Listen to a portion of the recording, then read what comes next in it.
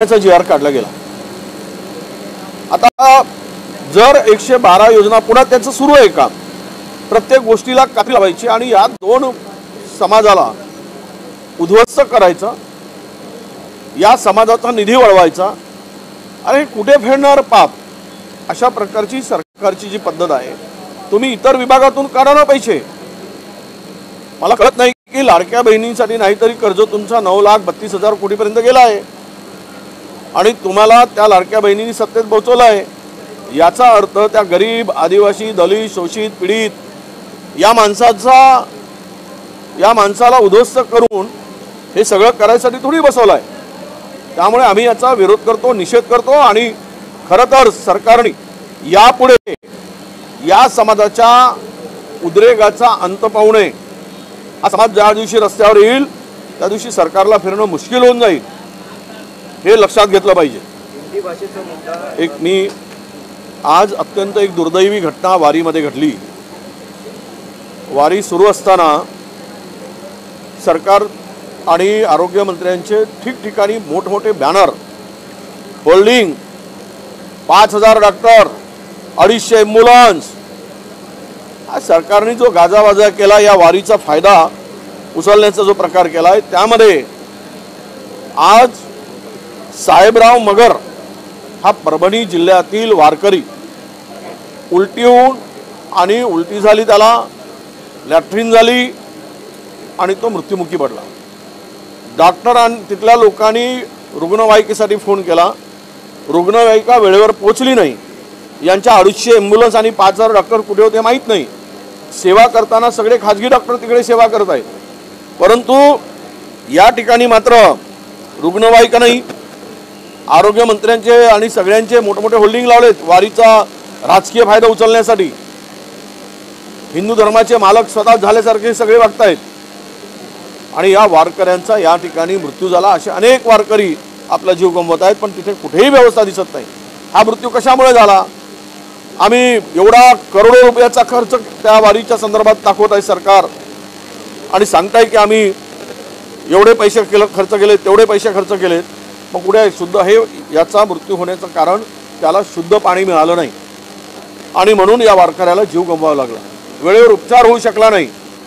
250 ambulance, 5,000 doctor, कुठेही व्यवस्था, आणि म्हणून किमान या वारकऱ्याच्या संदर्भात सरकारची भूमिका, कारण हा सरकारच्या अव्यवस्थेचा वारकरी बळी गेलेला आहे, म्हणून सरकारने याची जबाबदारी घ्यावी आणि याच्या कुटुंबाला योग्य ते मदत करावी, अशी आमची मागणी आहे।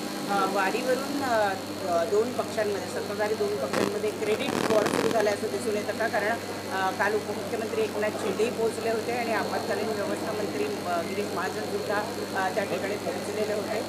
कुठेतरी हायजॅक करण्याचा प्रयत्न एकमेकांकडून होतोय, सत्तेतल्याच पक्षांकडनं होतं असं वाटतंय?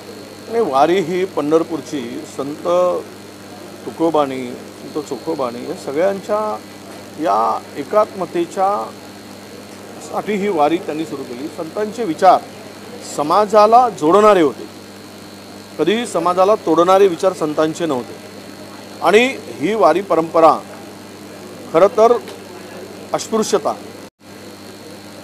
आणि मी त्या दिवशी पण सांगितलं की समाजातील अनिष्ट रूढीवर घाव घालण्यासाठी, माणूस म्हणून माणसाला एकत्र आणण्यासाठी ही वारी त्या काळात संतांनी सुरू केलेली वारी होती। पण त्याला कालांतराने आता काल पाहिला आपण काही बोलघेवळे सभागृहात काय विषय मांडला आणि कशा पद्धतीने अर्बन नक्षलवाईट वगैरे बोलले। मुळात वारी ही कोणाच्या भरोशावर निघत नाही।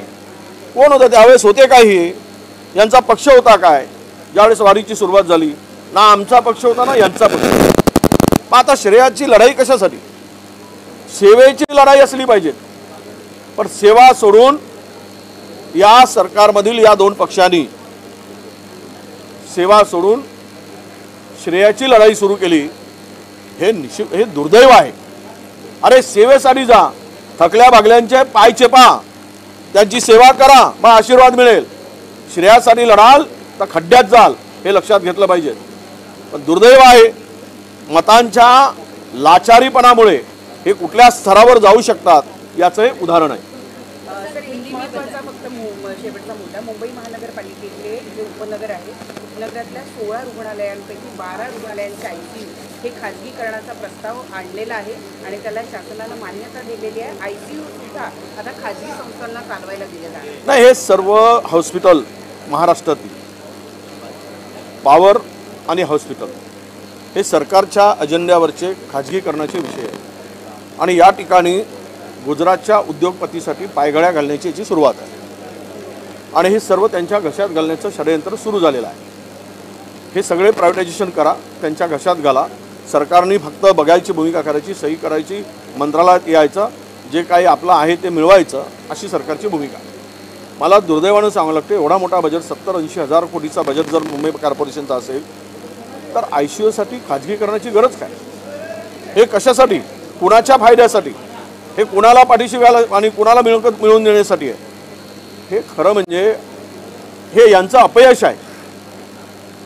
BMCचं अपयश आहे पाप लपवण्यासाठी आणि विशिष्ट लोकांना त्यामध्ये एंट्री करण्यासाठी केलेला हा प्रयत्न आहे, असा आमचा स्पष्ट आरोप आहे. एक और बार लाडली बहन स्कीम के लिए बाकी डिपार्टमेंट से फंड ट्रांसफर किया जा रहा है, अब सोशल जस्टिस डिपार्टमेंट से फंड डाइवर्ट किया गया है. नहीं, निश्चित ये बहुत ही इस सरकार की जो आज की मंशा है, भूमिका है, ये कितना बात करे, ये इनको समझ में नहीं आता है कि आपने लाडली बहनों ने सत्ता पर बिठाया तो इसका मतलब ये नहीं कि शोषित, पीड़ित, आदिवासी, दलित, SC ST लोगों को इनका फंड्स डाइवर्ट करके ये लाडली बहन को देने के लिए नहीं बिठाया.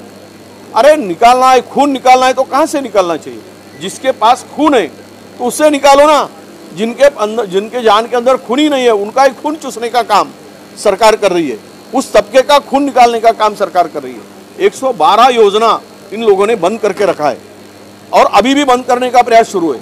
आज जो 400-450 करोड़ रुपए उसमें से डाइवर्ट किया गया, ट्रांसफ़र किया गया, ये यही दर्शाता है कि इनको, इस सरकार को SC ST यहाँ के गरीब, शोषित, पीड़ित किसानों के लिए इनके पास में कोई जगह नहीं. इनको सरकार में आने के लिए योजना बनाओ और उद्योगपतियों को पालो पोसो, यही इस सरकार की मंशा दिखती है.